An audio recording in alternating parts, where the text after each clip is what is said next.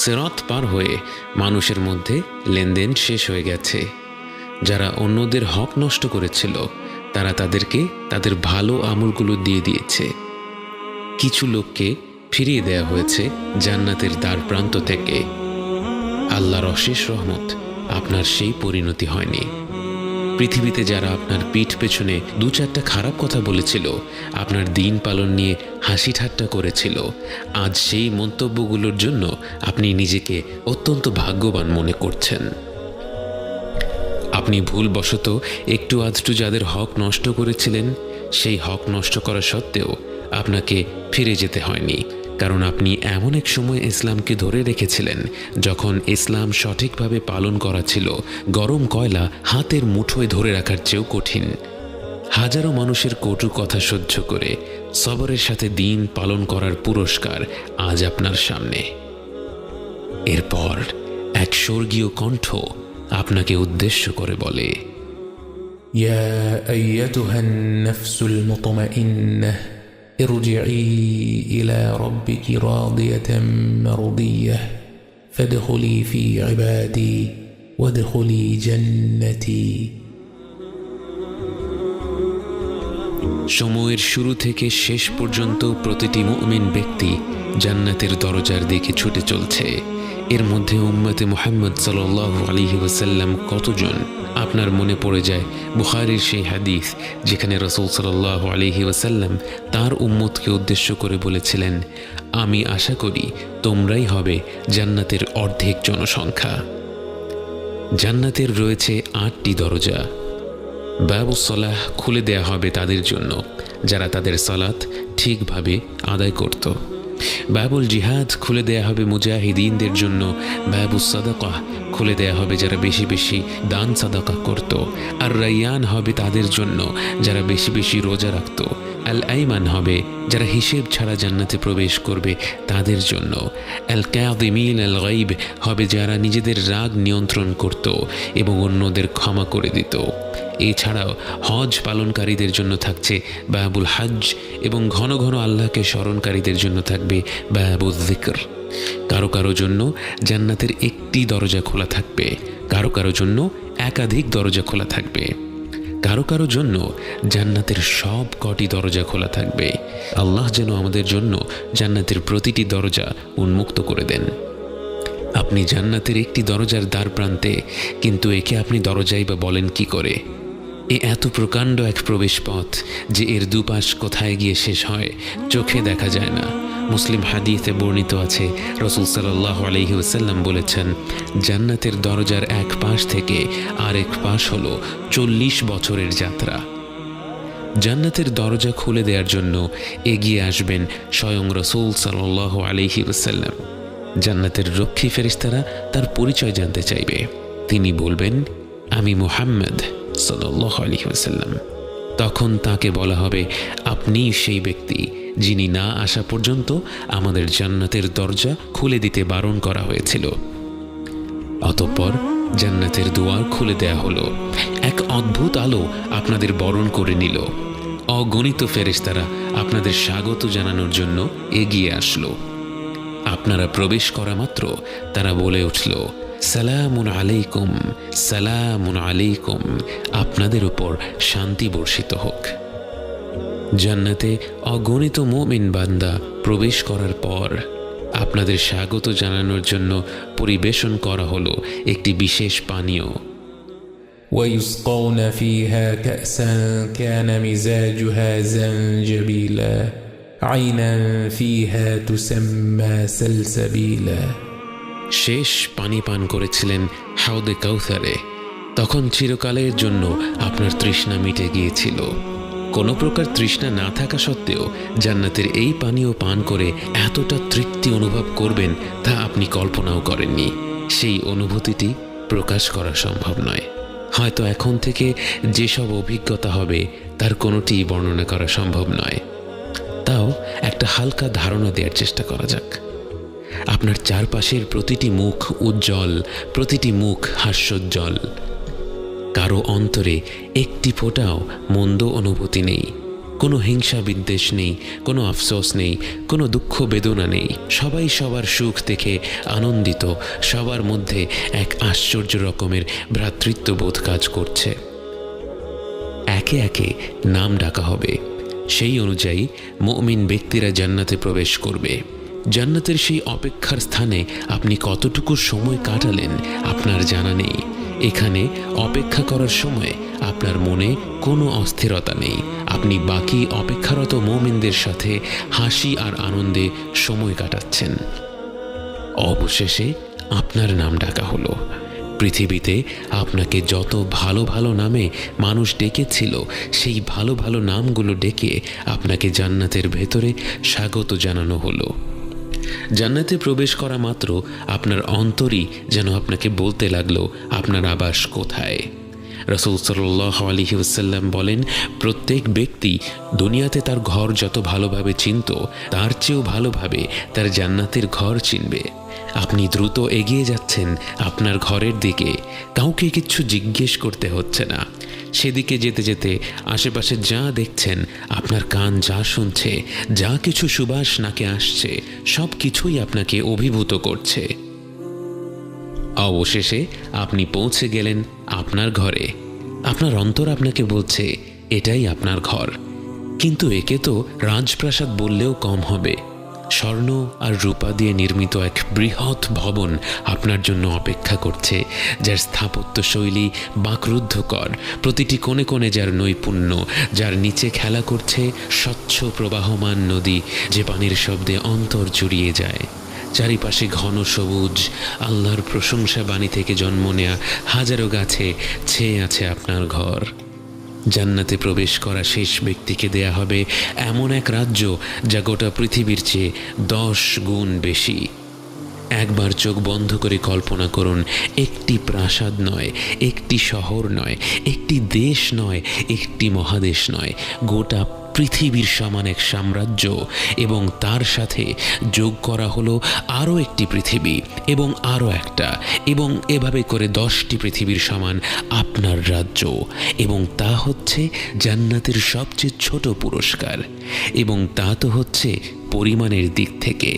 মানের দিক থেকে তাকে যা দেয়া হবে তা তো পৃথিবীর কোনো নিয়ামতের সাথেই তুলনা করা যায় না। আপনি আপনার ঘরের দিকে এগিয়ে যাচ্ছেন। আপনার এই রাজ্য পৃথিবীর কত গুণ বেশি বড় আপনার জানা নেই, কিন্তু যেদিকে দুচোখ যায় বিস্ময়কর সব দৃশ্য আপনার মন ভুলিয়ে দেয়। কিন্তু হঠাৎ আপনি থমকে দাঁড়ান। সময় যেন থেমে দাঁড়ালো। স্বর্গীয় এই জগতের সব দৃশ্য যেন মলিন হয়ে পড়ল। আপনার চোখ পড়ল আরেক জোড়া চোখের ওপর। আপনি ভাষা হারিয়ে ফেলেছেন। আপনি ফিরে গেলেন বহু বছর আগের দুনিয়ার সেই জীবনে। মায়া ভরা দুটি চোখের দিকে তাকিয়ে আছেন। প্রথমবারের মতো মন ভরে দেখছেন আপনার জীবন সঙ্গীকে। অজানা সব অনুভূতির ঢেউয়ে ভেসে যায় আপনার হৃদয়। অনেক স্বপ্ন আঁকছেন মনে মনে। চূড়ান্ত স্বপ্ন একটাই, একসাথে জান্নাতে যাওয়া, অনন্তকালের জীবনের সঙ্গী হওয়া। চোখের পলক পড়ল, ফিরে এলেন বর্তমানে। আপনি চেয়ে আছেন সেই অতি পরিচিত চেহারাটার দিকে, কিন্তু সেই চেহারা তো আর আগের মতো নেই। সৃষ্টির সব সৌন্দর্যই তো মনে হয় আল্লাহ তার ভেতরেই গেঁথে দিয়েছেন। আপনি চেয়ে আছেন আপনার স্ত্রীর দিকে, উনি চেয়ে আছেন আপনার দিকে। প্রবাহমান নদীর ছলছল শব্দ আর পাখির গুঞ্জন ছাড়া আর কোনো শব্দের প্রয়োজন হচ্ছে না। কোনো কোনো উলামারা বলেন, জান্নাতে যখন স্বামী স্ত্রী একে অপরকে প্রথমবারের মতো দেখবে, তারা একে অপরের দিকে মুগ্ধ হয়ে চেয়ে থাকবে 40 বছর। আপনার মনে হলো 40 বছর তো নয়, যেন 2-1 মুহূর্ত কেটেছে মাত্র। যতই দেখছেন ততই মন ভরে যাচ্ছে, আবার মনে হচ্ছে এখনো মন ভরেনি। আপনি আর আপনার জীবন সঙ্গী অনন্তকালের জীবন সঙ্গী, যার সাথে এখন আর কোনো কথা কাটাকাটির সুযোগ নেই, যিনি আপনার কোনো কাজে আর বিরক্ত হবেন না, যার সাথে এখন হবে ভালোবাসার সম্পর্ক, যা দিন দিন কমবে না বরং বেড়েই চলবে। সেই ভালোবাসার মানুষটাকে নিয়ে আপনি ঘুরে দেখতে লাগলেন আপনাদের জান্নাতের আবাস। উপরে আকাশমণ্ডলী ভরা উজ্জ্বল নক্ষত্রের ন্যায় কি যেন জ্বলজ্বল করছে। আপনারা বুঝতে পারেন তারা হচ্ছেন জান্নাতের আরও ওপরের স্তরের জান্নাতবাসীরা। কিন্তু আপনার মনে কোনো আফসোস নেই, আপনার মনে কোনো হিংসা নেই, আপনার অন্তর ভর্তি কৃতজ্ঞতা। আর যারা আপনার চেয়েও বেশি কিছু পেয়েছে তাদের প্রতি সম্মান ও ভালোবাসা। জান্নাতে কোনো খারাপ অনুভূতি নেই, জান্নাতে রয়েছে শুধুই সুখ। আপনি আপনার প্রাসাদের ভেতরে গেলেন, সেখানে দেখলেন فيها عين جارية فيها سرر مرفوعة وأكواب موضوعة ونمارق مصفوفة وزرابي مبثوثة متكئين فيها على الأرائك لا يرون فيها شمسا ولا زمهريرا ودانية عليهم ظلالها وذللت قطوفها تذليلا ويطاف عليهم بآنية من فضة وأكواب كانت قوارير من فضة قدروها تقديرا। আপনি হেলান দিয়ে বিশ্রাম নিচ্ছেন সম্মানিত আসনে বসে। স্বর্গীয় ফল ফলাদি আপনার হাতের নাগালে। মনোহর পাত্রে হরেক রকমের পানীয় পরিবেশন করছে হাস্যোজ্জ্বল চিরতরুণেরা, যাদের দেখে ছড়িয়ে থাকা মুক্তোর মতো মনে হচ্ছে। প্রতিটি মুহূর্ত আপনি তৃপ্তি ভরে আস্বাদন করছেন। এখানে কোনো তাড়াহুড়ো নেই। হয়তো মাসখানেক কেটে গেল বিভিন্ন ধরনের খাবার ও পানীয় উপভোগ করতে করতে। হয়তো বছরখানেক কেটে গেল আপনার স্ত্রীর সাথে গল্প করতে করতে। হয়তো একে অপরকে বলছেন কেমন ছিল মৃত্যুর পরের যাত্রা, কি কি ঘটেছিল। হয়তো ফিরে দেখছেন জীবনের সেই ক্ষুদ্র সময়টা যখন আপনারা একসাথে ছিলেন এবং আগ্রহ নিয়ে আলোচনা করছেন কেমন হবে আপনাদের অনন্তকালের যাত্রাটি।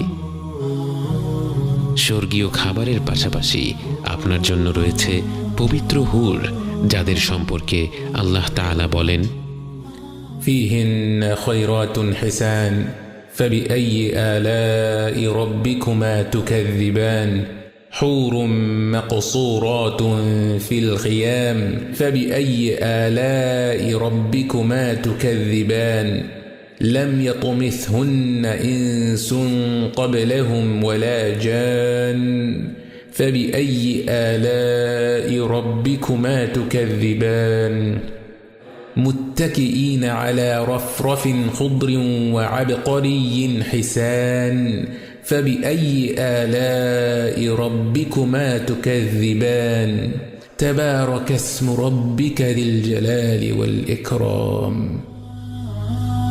যদিও দুনিয়ার জীবনে এমন একটি নিয়ামতের কথা শুনলে আমাদের মনে নানা প্রশ্ন জাগে। জান্নাতে কোনো খারাপ অনুভূতি নেই। আপনি ফল ফলাদি উপভোগ করলে যেমন আপনার স্ত্রীর সে ব্যাপারে কোনো আপত্তি থাকবে না, আপনি হুরদের সঙ্গ উপভোগ করলেও আপনার স্ত্রীর সে ব্যাপারে কোনো আপত্তি থাকবে না। এবং তিনিও আল্লাহর কাছ থেকে যা যা অজস্র নিয়ামত পাবেন সেগুলো যেমনই হোক না কেন আপনার সেগুলোর ব্যাপারে কোনো আপত্তি থাকবে না। আপনারা একে অপরের জন্য খুশি থাকবেন এবং প্রত্যেককেই আল্লাহ যার যার প্রকৃতি অনুযায়ী নিয়ামত দিবেন এবং তিনি আল আলিমুল হাকিম। কিন্তু জান্নাতের পুরোটা সময় তো আপনি শুধু আপনার আবাসেই কাটিয়ে দেবেন না।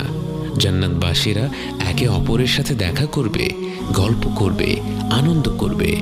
আপনি দেখা করতে গেলেন আপনার বাবা মায়ের সাথে, আপনার দাদা দাদি, নানা নানির সাথে। পরম আনন্দের এই মুহূর্তের সবচেয়ে অদ্ভুত বিষয়টি হলো জান্নাতে আপনারা সবাই সমবয়সী। কারণ জান্নাতে সবার বয়স পৃথিবীর 33 বছর বয়সের সমতুল্য এবং সেখানে কারো বয়স একদিনও বাড়ে না। আপনারা সবাই মিলে অনেক অনেক গল্প করলেন, গল্পের মাধ্যমে জানতে পারলেন আপনার পূর্বপুরুষেরা কিভাবে প্রথম ইসলাম গ্রহণ করলো, কিভাবে তাদেরকে ইসলামের দাওয়াত দেয়া হয়েছিল। আপনি খুঁজে বের করলেন সেই ব্যক্তিকে যিনি আপনার জন্মের 500-600 বছর আগে আপনার এক পূর্বপুরুষকে ইসলাম সম্পর্কে বলেছিল, যার প্রচেষ্টার ফলে আপনার বংশের হাজারো মানুষ সহজেই ইসলাম গ্রহণ করে ফেলেছে। জান্নাতের রয়েছে একটি সুক বা বাজার, কিন্তু জান্নাতের বাজারে তো ক্রয় বিক্রয় করার কিছুই নেই, বরং সেখানে মানুষ যাবে একে অপরের সাথে দেখা সাক্ষাৎ করার জন্য। সেখানে আপনার সুযোগ হলো স্বয়ং রাসূলুল্লাহ সাল্লাল্লাহু আলাইহি ওয়াসাল্লামের সাথে কথা বলার। যদিও তার সাথে কথা বলতে চায় এমন কোটি কোটি জান্নাতবাসী রয়েছে, কিন্তু আপনি তার সাথে মন ভরে কথা বলার সুযোগ পেলেন, কারণ জান্নাতে সময়ের কোনো অভাব নেই। আপনি গল্প করলেন আবু বকর, ওমর, ওসমান ও আলী রাদিয়াল্লাহু আনহুমের সাথে, কথা বললেন ইসলামের ইতিহাসের শ্রেষ্ঠ ব্যক্তিত্বদের সাথে। আপনি তাদের সাথে যতটা উৎসাহ নিয়ে কথা বলছেন, তারাও আপনার সাথে ততটাই উৎসাহ নিয়ে আলাপ করছে, বিস্ময় ভরে আপনার জীবনের গল্প শুনছে। এত বেশি ফিতনার সময় জন্মগ্রহণ করেও তুমি কিভাবে তোমার দিনকে ধরে রাখলে? আপনি বললেন, এ ছিল শুধুই আল্লাহর নিয়ামত। তিনি আমাদের ভুলগুলো ক্ষমা না করলে আমরা কখনোই আজ এখানে থাকতে পারতাম না। আল্লাহর রহমত, ভালোবাসা আর নিয়ামতে ডুবে থাকা প্রতিটি জান্নাতবাসী তখন মনে করছে তাদের আর কোনোই চাওয়া পাওয়া নেই। মানুষ যে সৃষ্টিগতভাবেই এমন যে তাকে এক পাহাড় সমান স্বর্ণ দেয়া হলে তার মনে 2 পাহাড় সমান স্বর্ণ পাওয়ার আশা জাগে, যে স্বভাবগতভাবেই একটু বেশি চাইতেই থাকে, কখনো সন্তুষ্ট হয় না, সেই মানব সন্তানকে জান্নাতে এত বেশি নেয়ামত দেয়া হয়েছে যে সে সেখানে পুরোপুরি সন্তুষ্ট। তার অন্তরে আর কোনো চাহিদা নেই, প্রতিটি মুহূর্তেই আনন্দ, প্রতিটি মুহূর্তেই তৃপ্তি, আর সেই তৃপ্তি কেবল বেড়েই চলছে। এমন অবস্থায় একটি ঘোষণা শোনা যায়, হে জান্নাতীরা। সেই কণ্ঠ শুনে প্রতিটি অন্তর তীব্র ভালোবাসা আর শ্রদ্ধায় কেঁপে ওঠে, কারণ এ তো স্বয়ং আল্লাহ তাআলার কণ্ঠ। জান্নাতবাসীরা বলে ওঠে, হে আমাদের রব, আমরা উপস্থিত আছি, সমস্ত কল্যাণ আপনারই হাতে। আল্লাহ তখন জিজ্ঞেস করবেন, তোমরা কি সন্তুষ্ট? সবাই বলে ওঠে, হে আমাদের রব, আমরা কেন সন্তুষ্ট হব না? আপনি আমাদের এমন সব জিনিস দিয়েছেন যা আপনার সৃষ্টি জগতের অন্য কাউকে দেননি। সবার অন্তর যখন কৃতজ্ঞতায় ভরে উঠছে, তখন সবাইকে হতভম্ব করে দিয়ে আল্লাহ তাআলা জিজ্ঞেস করলেন, আমি কি তোমাদের এর থেকে আরো উত্তম কিছু দান করব না? সবাই বাকরুদ্ধ হয়ে যায়, যেই জান্নাতে প্রতি মুহূর্তে এমন সব দৃশ্য, এমন সব শব্দ, এমন সব ঘ্রাণ, এমন সব স্বাদ, এমন সব অনুভূতি যা মানুষ কখনো কল্পনাও করতে পারেনি। যে নিয়ামতগুলো প্রতি মুহূর্তে হয়ে উঠছে আরো বেশি আনন্দদায়ক, এমন নিয়ামতের চেয়ে উত্তম পুরস্কার আর কি হতে পারে? সবাই বলে উঠল, হে রব, এর চাইতে উত্তম আর কি হতে পারে? তখন আল্লাহ বললেন, আমি তোমাদের উপর আমার সন্তুষ্টি স্থাপন করব, এরপর তোমাদের উপর আমি আর কখনো অসন্তুষ্ট হব না। আল্লাহ আপনাকে নিয়ে পুরোপুরি সন্তুষ্ট। আল্লাহ এই অনন্তকালের জীবনে আপনার কোনো কাজে, কোনো কথায়, কোনো চিন্তায় আর কখনো রাগ করবেন না, কখনো অসন্তুষ্ট হবেন না। এই প্রথমবার মনে হলো আপনার গোটা অস্তিত্ব যেন সত্যিকার অর্থে সার্থক হলো। এবং এরপর সেই মুহূর্ত, যার জন্য প্রতিটি আত্মা যেন সৃষ্টি হওয়ার পর থেকেই অধীর অপেক্ষায় ছিল, সেই মুহূর্ত, যে মুহূর্ত প্রতিটি অন্তর খুঁজে বেরিয়েছে প্রকৃতিতে, ভালোবাসায়, উদারতায়, ভ্রাতৃত্ববোধে, সৌন্দর্যে ভূমিষ্ঠ হওয়ার পর থেকে প্রতিটি ক্ষণে কিন্তু কোথায় যেন কোনো এক কমতি ছিল তা ঠিক বুঝতে পারেনি। সবাইকে বাকরুদ্ধ করে দিয়ে আল্লাহ তার ও তার বান্দাদের মধ্যে থেকে তার হিজাব উঠিয়ে নেন। প্রতিটি বান্দা উপরে তাকিয়ে দেখছে, তাদের সামনে স্বয়ং আল্লাহ তাআলা হাজির হয়েছেন। আপনি আল্লাহকে দেখছেন, আপনি আল্লাহকে দেখছেন, আপনি আল্লাহকে দেখছেন। জান্নাতের যে নিয়ামতের মহাসাগরে ভেসে আপনি এই প্রান্তরে এসেছেন, যে সকল নিয়ামতের জন্যেই আপনি কৃতজ্ঞ, যে সকল নিয়ামত তখনও আপনার কাছে অত্যন্ত প্রিয়, কিন্তু এই চূড়ান্ত নিয়ামত, আল্লাহকে সরাসরি দেখার নিয়ামত হয়ে গেল প্রতিটি বান্দার সবচেয়ে প্রিয়, সবচেয়ে মূল্যবান, সবচেয়ে বিশেষ পুরস্কার।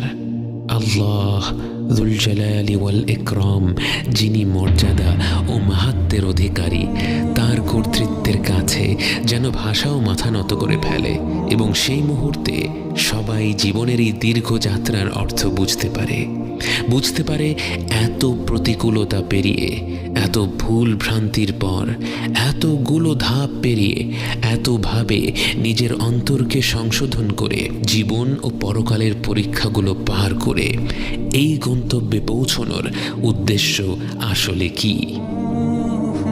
এক নিঃসৃত তরল থেকে জন্ম নেয়া মানুষ যে এত দুর্বল, এত অসহায়, এত ক্ষুদ্র, আজ সৃষ্টির প্রতিপালকের সামনে দাঁড়িয়ে তার এতটা নিকটে, তার পরিপূর্ণ সন্তুষ্টি অর্জন করে কোনো প্রকার বাধা ছাড়া তার সাথে সাক্ষাৎ করছে, তার মহিমার দীপ্ত প্রভার প্রবলতায় সে চূর্ণ বিচূর্ণ হয়ে যায়নি, বরং সে তার আলোয় আলোকিত হয়ে তার এই পরম নিয়ামত গ্রহণ করতে পারছে। আপনি বুঝতে পারেন আপনার অস্তিত্বের প্রতিটি মুহূর্তেই আসলে আর রহমানির রহিম আপনাকে তার কাছে টেনে নিচ্ছিলেন এবং সেই গন্তব্যে পৌঁছানোর জন্য আপনার যা যা প্রয়োজন তাই আপনাকে দিয়ে গেছেন। তার সান্নিধ্যের পবিত্রতায় প্রবেশ করার জন্য আপনার যে আত্মশুদ্ধির প্রয়োজন ছিল, জীবন মৃত্যু জীবনের মাধ্যমে তিনি আপনাকে সেই আত্মশুদ্ধির পথ দেখিয়ে দিয়েছেন এবং আলহামদুলিল্লাহ, আলহামদুলিল্লাহ, আপনি সেই পথে ছোট ছোট ধাপ নিয়েছিলেন। দুনিয়ার ক্ষণিকের জীবনের কোনো এক পর্যায়ে, কোনো এক অনুপ্রেরণায় আপনি সিদ্ধান্ত নিয়েছিলেন আপনি তার দিকে একটি ধাপ নেবেন, একটুখানি এগোবেন এবং সেই একটি ধাপের ফলে তিনি আপনাকে তার রহমত আর ভালোবাসায় এমনভাবে আবরণ করে নিয়েছিলেন, নিয়ামতের পর নিয়ামত দিয়ে আপনাকে এমনভাবে ডেকে নিয়েছিলেন তার কাছে। আজ জান্নাতের এই নির্মল প্রান্তরে বসে আপনি আল্লাহকে দেখছেন, তার নিকটে পৌঁছে গেছেন। আপনার ভূমিষ্ঠ হওয়া আজ সার্থক হলো। জীবন মৃত্যু জীবনের যাত্রা আজ সার্থক হলো। بين الرجاء والخوف قلبي طائر ومن اليقين النور بيض جوانحي فوق السحاب يطير حرا مدركا نسمو كماله للكون وجه آخر نحيا